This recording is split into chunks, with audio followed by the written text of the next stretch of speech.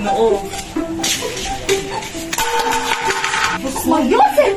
Maghintay lang kayo, mga bulagsak.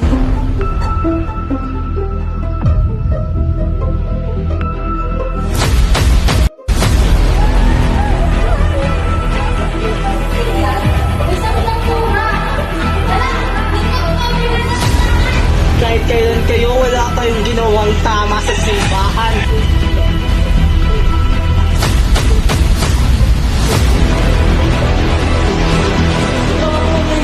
Wag mo akong pigilan. Iwan! Huwag mo akong iwan!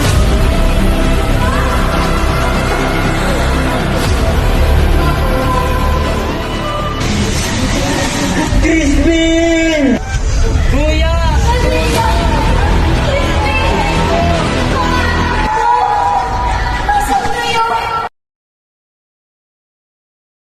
Kumusta ka, Ginoo? Mga Yosef! Maghintay lang kayo, mga bulagsak. Tunay nga, napakayaman ni Don Santiago. Ang tunay, Doña Victorina.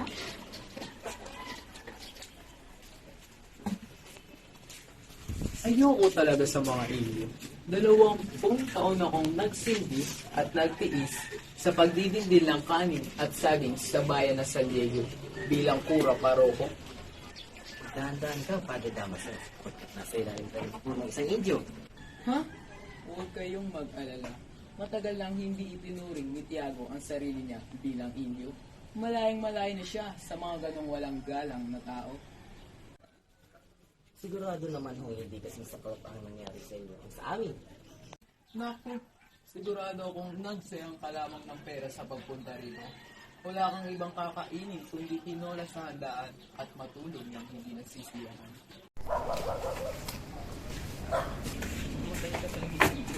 Senyor ba?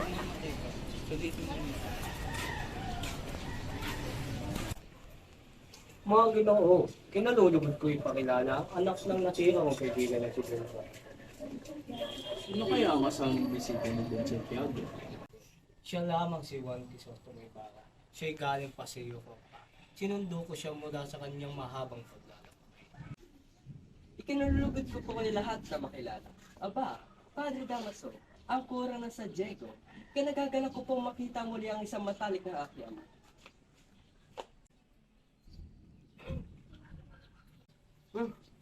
Kung nagkakamali ako, patawad ho, Reverensya. Hindi ka nagkakamali, Ipo. Ngunit hindi ko kailanman naging mataling na kaibigan ng iyong ama. Hindi yan. Ikaw pala ang anak na nasirang si Don Rafael Ibarra. Nawayan kasi ang napag-cage ng ama ay mapasayo.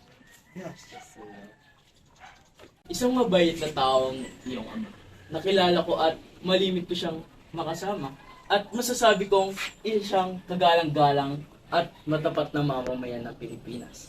Maraming salamat po. Pinawi ng mga papuri ninyo sa aking ama ang mga duda ko tungkol sa nangyari sa kanya. Gayong ako ang kanyang anak ay walang kaalaman.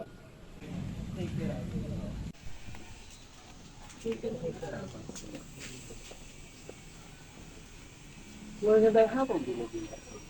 Marapati ninyong gayahin ko ang tradisyon sa Alemanya. Sa pagpapakilala sa bisita ko, wala siyang kakilala. Ako si Juan Crisostomo Ibarra. Kinagagalak ka namin makilala, Juan Crisostomo Ibarra. Ako nga pala si Agosto, at ito ang aking kapatid at ang kanyang kaibigan. Kahit na maganda ang mga taga-Europa, wala pa rin tatalo sa ganda ng mga kababayan sa ating bansa. Kasinungalingan. Marahil ay dala mo rin ayang yung tinuran mula sa ibang bansa.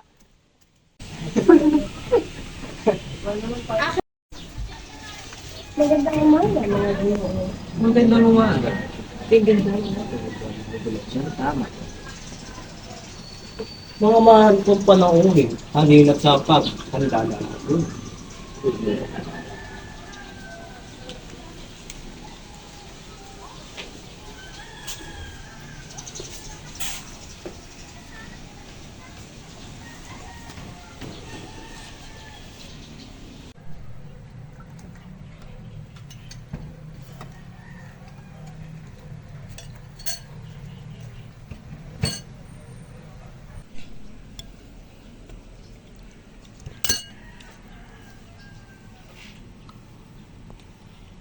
Ilang taon ka rin nawala sa ating bayan, Senyor Ibarra?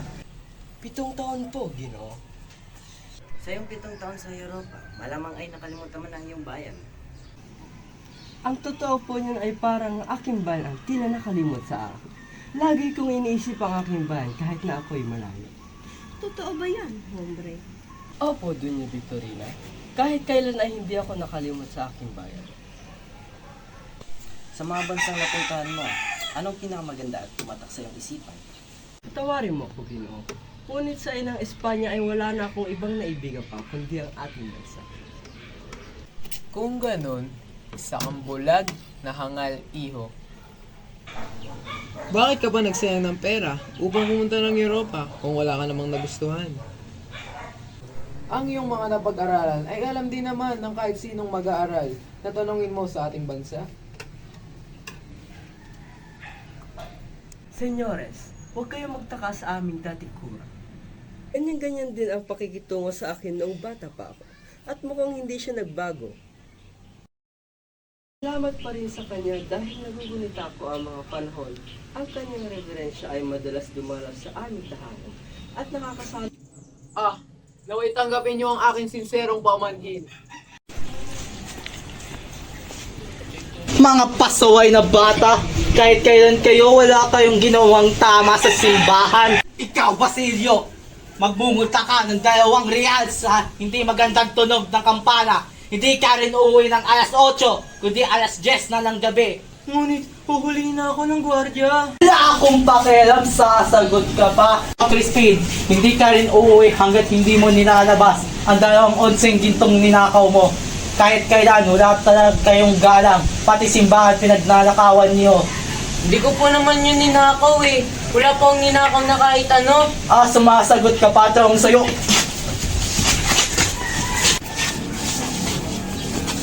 Aray ko po! Tama na po!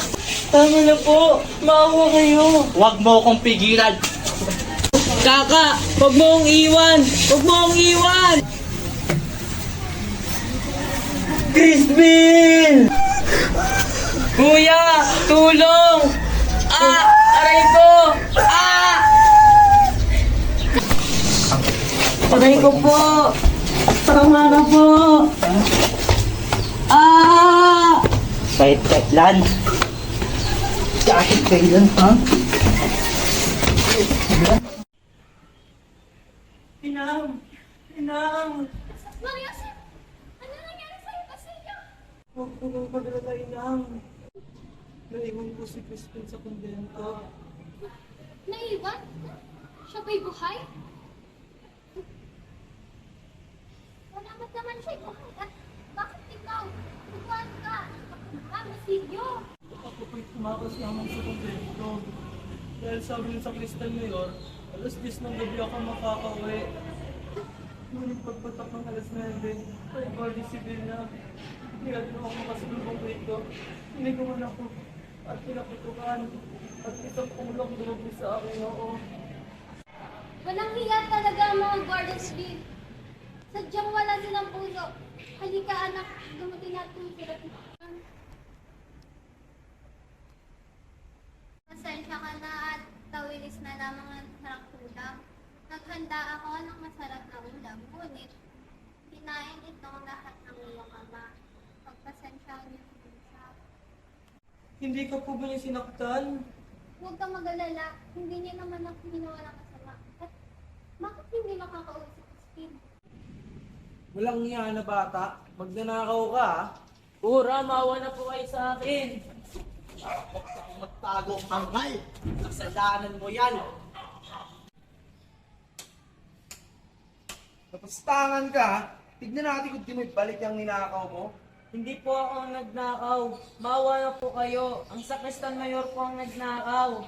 Huwag kang magbintang kahit kailan talaga. Napakasama mo! Napakasama niyong magkapatid!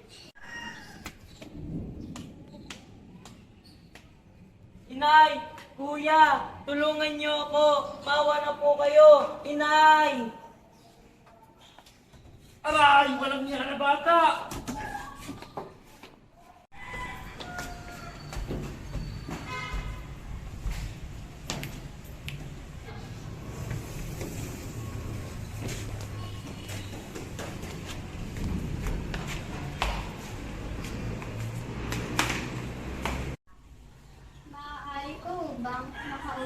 kurang?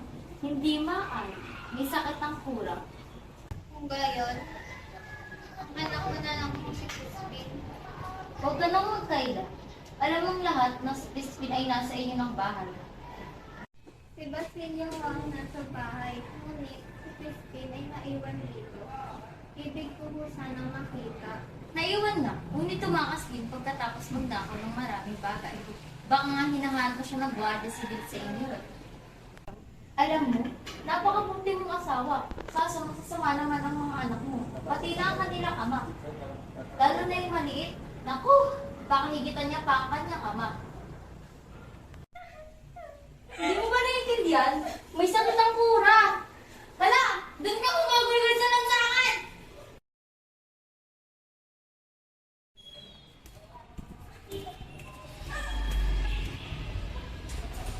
Yan, sa bagay. Magugulo ka sa pinagbuhay yan. Kung sa ituro mo yung mga anak.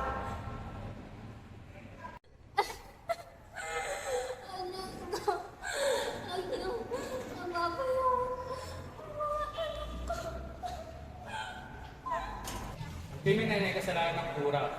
Pakawalan ang bihag at huwag na siyang kabalain kaya kung gusto makuha ng kura na walang ito, sabihin mo naman na lang siya kay San Antonio. Pari siya, di niya alam ang bagay na yan.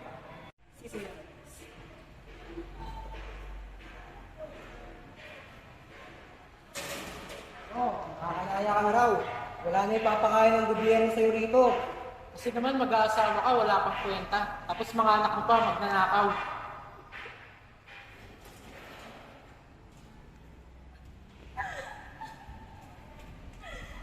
Basilio! Crispin! Mga anak ko! Nasaan kayo? Crispin! Basilio! Mga anak ko! Nandiyan ba kayo? Tandang Tasyo! Inang! Inang! Inang! Nasaan na po kayo? Inang! Inang!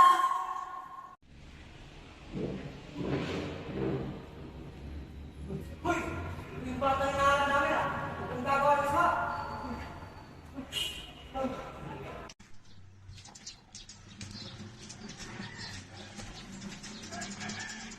Elias, nagpaplano ako na umuwi at manirahan na lamang tayo sa Mindoro. Ayoko namang mamuhay ng mag-isa. Hindi, Salome. Imposible na magkaisang dibdib tayong dalawa.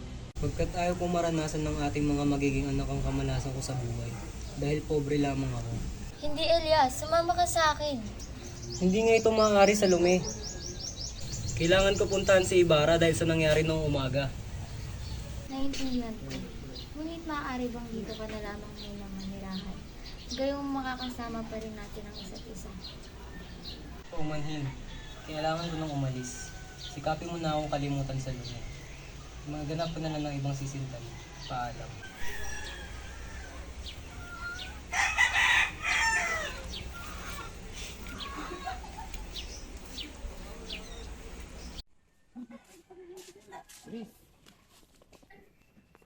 Senyor, may gusto pong kumausap sa inyo sa labas. Sino siya? Hindi po siya nagpakilala, pero ang sabi niya po ay kilala niya daw po siya. Sige, papasukin mo siya.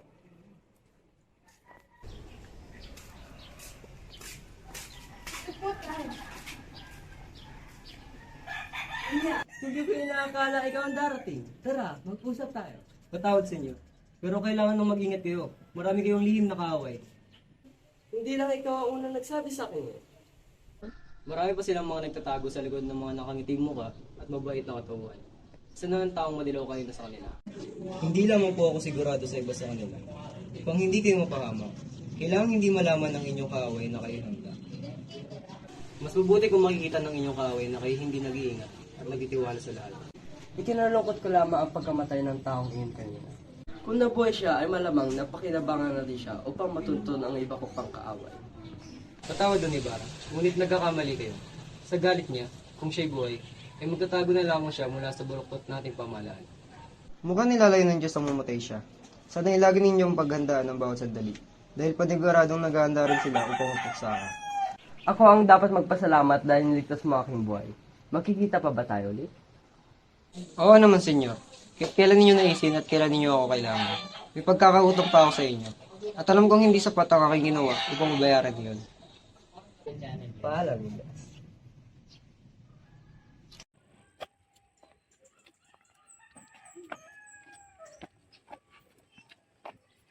Ang papangit ng mga bahay. Talagang isang indio lamang ang maaaring tumira. At aba, mga wala pang galang, hindi man lamang makapagbigay pugay sa katulad nating maharlika. Hindi katakatakang puro pangungutya ang maririnig mo sa praile tungkol sa kanila.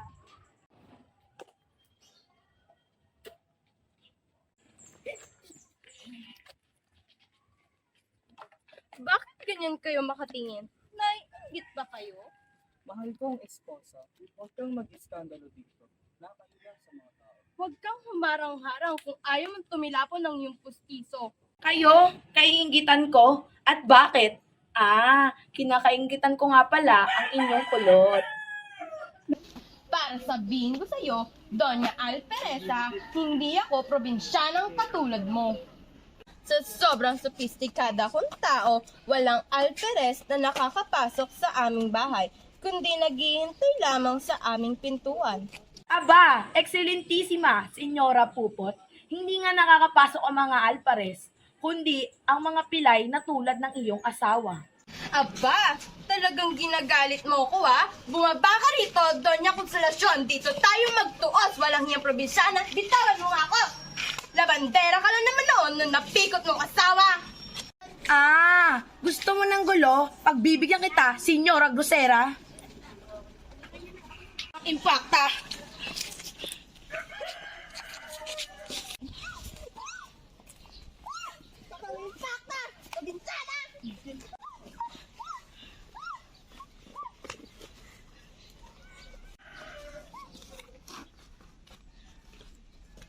Jesus Mariosep, Consolasyon, anong gulo na naman to? Matigil ka nga ata kaya sa mga tao? Ibili mo yan ng dissenting damit at kung wala kayong pera, magnakaw kayo sa taong bayan. May mga sundalo naman kayo! Ikaw ang bumilang asal, mawalang modo. Magtigil ka, Alperes! Kung makalipos na ka sa amin ay parang kay ganda ng iyong moral. Magtigil kayo sa ngalan ng Panginoon. Para kayong mga hayop, mga edukado naman kayong mga tao. Nakakaya namang isipin na pati ang mga taga-alta sa siyudad ay tumutulad na rin sa mga Indio. Hala, pagsisiyan ninyo ang inyong mga kasalanan at sisiguraduhin magkukumpisan kayo. Entiendes? Si Reverencia. Kayong mga manunod, magsuwi na kayo. Andito na kahit lahat, di nyo pa inawat. Ama, patawarin niyo po sila sapagkat hindi nila alam ang kanilang mga ginagawa. Luluwas tayo ng Maynila. Magsusumbong tayo sa Kapitan General. Hindi mo man lamang ipinaglaban ng iyong pagkalalaki? Dapat ay hinamon mo ang alperes ng revolver. O kaya isable. O kaya Alam mo namang wala akong...